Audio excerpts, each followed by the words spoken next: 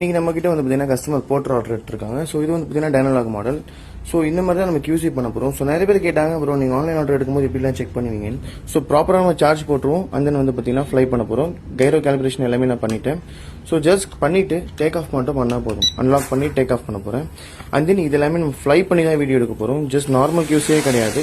So full and full நம்ம வந்து பார்த்தீங்கன்னா ஃப்ளை பண்ணிட்டு ஸோ உங்களுக்கு எதனா ப்ராப்ளம்ஸ் இருக்கா கைரோ கேமராவில் எல்லாமே நான் செக் பண்ண போகிறேன். ஸோ செக் பண்ணி தான் நம்ம ப்ராப்பராக டிஸ்பேச் பண்ணவே போகிறோம்.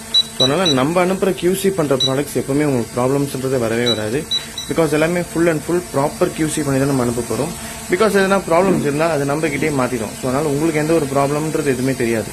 ஸோ அதனால ஒரு பெஸ்ட்டான ப்ராடக்ட் நம்ம கொடுத்துட்ருக்கோம். அண்ட் தென் பக்காவான QC ப்ராப்பரான QC பண்ணி தான் கொடுக்க போகிறோம்.